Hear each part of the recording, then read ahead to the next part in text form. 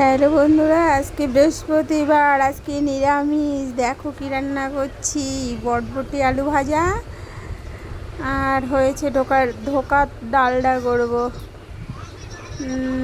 দেখো বটবটি দিয়ে আলু দিয়ে ভাজছি।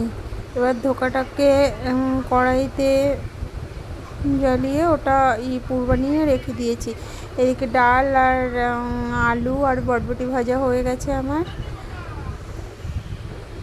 তারপরে দেখো এবার আমি সেই ধোকাটাকে পিস পিস করে কেটেছি, বুঝেছ? কেটে এবার ভাজছি, কড়াতে ভাজা হয়ে গেল। এবার লাল শাক, আজকে বৃহস্পতিবার, তার জন্য কালো জিরে ফোড়ন দিয়ে লাল শাক, কালো জিরে বাদাম,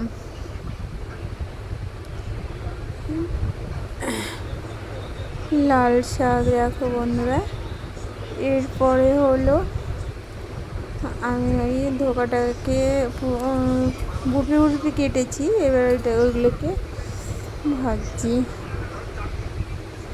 ভাজা হয়ে গেল। এবার দেখো বন্ধু, ভাজা হয়ে গেল আমার তরকারিও। দেখো তরকারি কষিয়ে এদিকে জল বসিয়ে দিয়েছি। এবার দেখো ধোকাগুলোকে দিচ্ছি, আস্তে আস্তে করে ধোকা দিয়ে দিলাম। এবার আমার রান্না কমপ্লিট। শাক, ধোকার তরকারি।